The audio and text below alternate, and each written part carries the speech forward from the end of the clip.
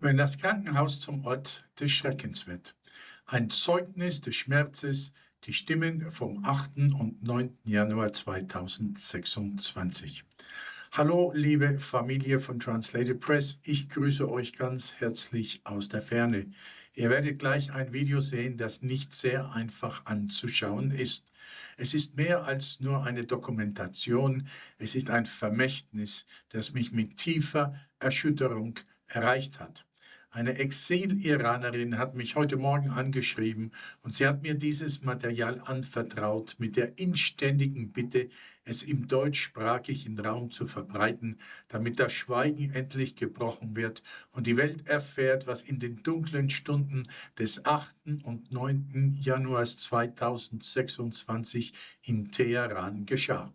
Ich widme diesen Beitrag den Menschen im Iran, die für ihre Freiheit alles geben, und jenen Seelen, deren Licht in jenen Nächten gewaltsam ausgelöscht wurde. Es gibt noch einen wichtigen Hinweis dazu, eine Triggerwarnung, meine Lieben. Bevor ihr euch entscheidet, dieses Video anzuschauen, haltet bitte erstmal inne. Das folgende Bildmaterial aus dem Al-Gadir-Krankenhaus ist äußerst sensibel und erschütternd. Es zeigt die ungeschönte, grausame Realität eines Massakers. Diese Bilder können bei Menschen mit Traumhintergrund oder in psychischen Belastungssituationen schwere Belastungsreaktionen auslösen.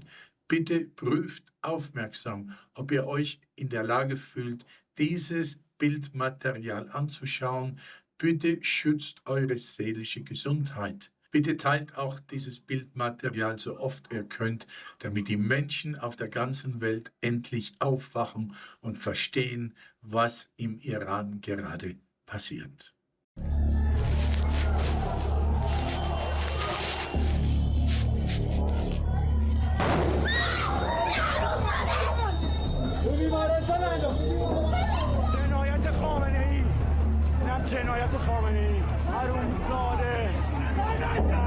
تهران روزهای 18 و 19 دی ماه 1404 بیمارستان القدیر یکی از مراکز مجروحان و پیکرهای جاویدنامان انقلاب ملی.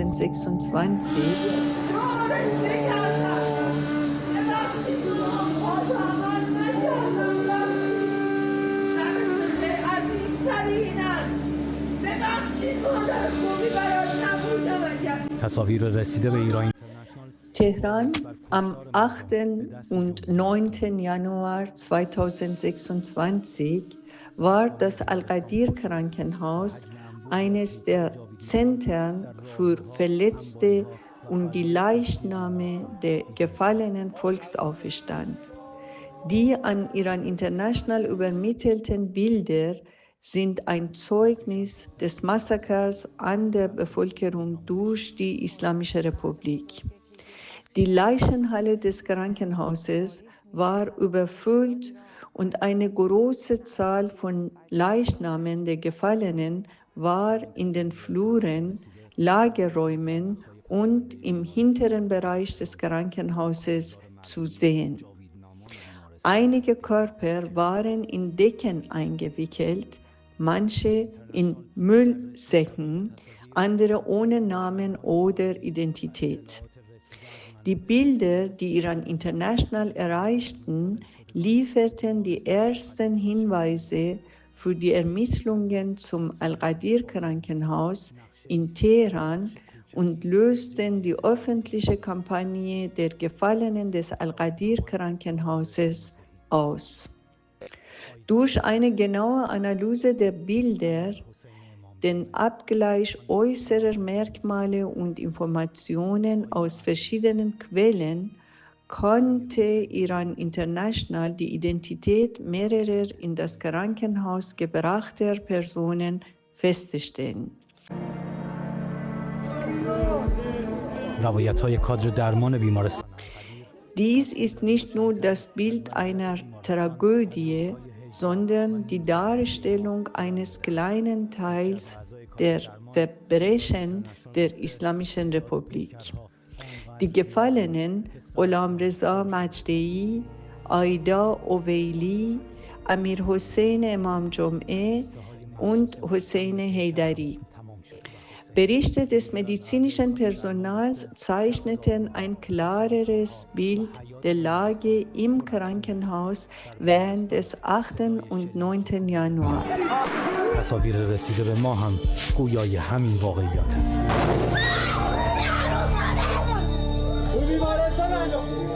در میان پیکرهایی که روی زمین Ein Mitglied des medizinischen Personals erklärte gegenüber Iran International, dass die Zahl der Leichen so groß gewesen sei, dass die Leichenhalle vollständig überfüllt war. Selbst die speziellen Leichensäcke seien ausgegangen. Ein weiteres Mitglied des Krankenhauspersonals berichtete, dass die Böden der Flure, die Aufzüge und der Innenhof des Krankenhauses voller Blut gewesen seien. Im Krankenhaus seien Schüsse zu hören gewesen. Auch die uns übermittelten Bilder bestätigen diese Realität. Unter den Leichen, die auf dem Boden und im Hinterhof des Krankenhauses lagen, war das Gesicht eines Körpers sichtbar, Aida Oveili.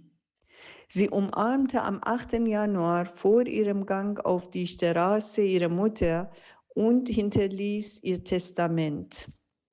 In eine karierte Decke gehüllt, entstand im Krankenhausflur das letzte Bild ihres Lebens. Nach den uns vorliegenden Informationen erreichten einige Verletzte das Krankenhaus noch lebend, doch Sicherheitskräfte verweigerten ihnen medizinische Hilfe. Gholamreza Mojdei war einer von ihnen. Er wurde am 8. Januar mit noch vorhandenen Lebenszeichen ins Krankenhaus gebracht. Einige Stunden später wurde sein Leichnam jedoch im Bereich für Krankenhausabfälle gefunden.